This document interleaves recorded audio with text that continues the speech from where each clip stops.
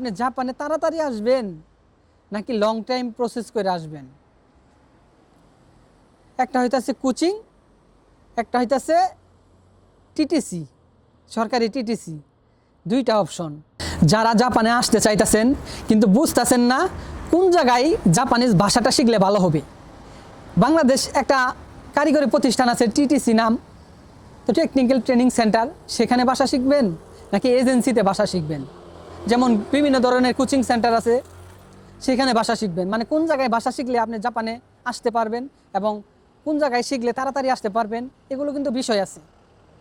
তো বিষয়টা হইলো আমি সুন্দর করে আপনি করে বুঝাই দিতেছি। বিষয়টা হইতেছে আপনি জাপানে তাড়াতাড়ি আসবেন নাকি লং টাইম প্রসেস করে আসবেন। একটা হইতেছে কোচিং, একটা হইতেছে টিটিসি, সরকারি টিটিসি। দুইটা অপশন। এজেন্সির মাধ্যমে আসলে কোচিং করতে হবে, আর যদি আপনি নিজে প্রসেস করে ভাষা শিখে নিজে প্রসেস করে নিজে পরীক্ষা দিয়ে সব কিছু নিজে করতে চান, নিজে আসতে চান, একটু ভেজাল, কিন্তু টিটিসিতে ভর্তি হতে পারেন। আমি বলবো আপনার এত ভেজালের দরকার নাই। আপনি জাপানে খুব দ্রুত আয় পড়েন। জাপানে এই চান্সটা সবসময় থাকবে না, যেহেতু 12 লক্ষ কর্মী নেবে বাংলাদেশ থেকে জাপান, এবং বাংলাদেশের সরকার ঘোষণা করে দিয়েছে যে স্কিল দক্ষ কর্মী 12 লক্ষ বাংলাদেশ থেকে আসবে এবার জাপানে। তো সেই ক্ষেত্রে আপনাকে খুবই তাড়াতাড়ি ডিসিশন নিতে হবে, ভাষা শিখতে হবে, তাড়াতাড়ি জাপান প্রবেশ করতে হবে। কখন বন্ধ হয়ে যায় তার কোনো শিওর নাই, কারণ বাঙালিদের ব্যবহার খুবই খারাপ। কারণ একটা কোম্পানিতে ঢুকলে বারবার কোম্পানি চেঞ্জ করে, এই জন্য কিন্তু সমস্যা হতে পারে। তো সেই ক্ষেত্রে আপনি খুব তাড়াতাড়ি ডিসিশনটা নেন যে সাধারণত কোচিংয়ে ভর্তি হন, এজেন্সিতে ভর্তি হন। আপনি সাধারণত 15 থেকে 25,000 বা 30,000 টাকার মধ্যে আপনি ভালো একটা 3 মাস বা 6 মাসের একটা কোর্স করতে পারবেন। সেইখান থেকে আপনার কোর্স করে জাপান পর্যন্ত পাঠাবে।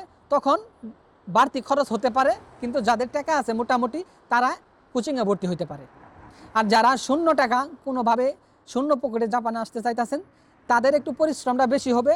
তারা টিটিসিতে 1000 টাকা দিয়ে ভর্তি হয়ে যানগা। তারপর আইএম জাপান আছে একটা প্রতিষ্ঠান বাংলাদেশে, যারা ফ্রি নিয়ে আসে, কোনো টাকা নেয় না, একটু পরিশ্রম করতে হয়। হ্যাঁ, শরীরটা ভালো থাকা লাগে, মানে শরীরের ফিটনেসটা একটু ভালো থাকা লাগে, পরিশ্রমী হতে হয়। তারা বাংলাদেশ থেকে টিটিসিতে ভর্তি হয়ে ভাষা শিখে, তাদের মাধ্যমে তারাই আপনাদের প্রসেস করে দিব যে কীভাবে কী করতে হবে। টিটিসিতে ভর্তি হওয়ার পরে তাদের মাধ্যমে আপনি বাংলাদেশ থেকে জাপানে ফ্রিলি আইতে পারেন। তো এখন আপনি কি বুঝলেন, জাপানে আসার জন্য টিটিসি এবং এজেন্সি কোনটা ভালো হবে? আমি বলবো না কোনটা ভালো হবে, আপনি ডিসিশন নেবেন নিজে। পরে আমি বলবেন যে আপনি বলছিলেন, ভুল করলাম। তো আমি বলবো না, সেই ক্ষেত্রে আপনি ডিসিশন নেন টিটিসি ভালো হবে নাকি এজেন্সি ভালো হবে, কোচিং। তো আপনি যেটা ভালো হয় সেটাই আসবেন। আমার কাছ থেকে যদি শুনতে চান, আমি বলবো কোচিংই বেস্ট। যাদের টাকা পয়সা আছে তারা কোচিং এজেন্সির মাধ্যমে চালু করে জাপানে ঢুকে পড়েন। ঢুকলে এখানে লাখ লাখ টাকা বেতন, এখানে ভালো একটা লাইফ। কারণ জাপান অনেক উন্নত রাষ্ট্র। সেই উন্নত রাষ্ট্র যদি একবার প্রবেশ করতে পারেন, ঢোকার পরেই লাখ লাখ টাকা বেতন, ইনশাল্লাহ আপনি পিছনে ফিরে তাকাতে হবে না। তো সেই ক্ষেত্রে আপনাকে প্রথম ধাপে সিদ্ধান্তটা নিতে হবে কোন জায়গায় ভর্তি হবেন। আর যদি কোনোভাবে বুঝতে পারতেছেন না কোন জায়গায় ভর্তি হবেন, কোনো কিছু করতে আমি কিছু বুঝি না ভাই, আমার একটু বুঝাই দেন, পথ দেখান, তাহলে আমি সুমন আছি আপনাদের মাঝে।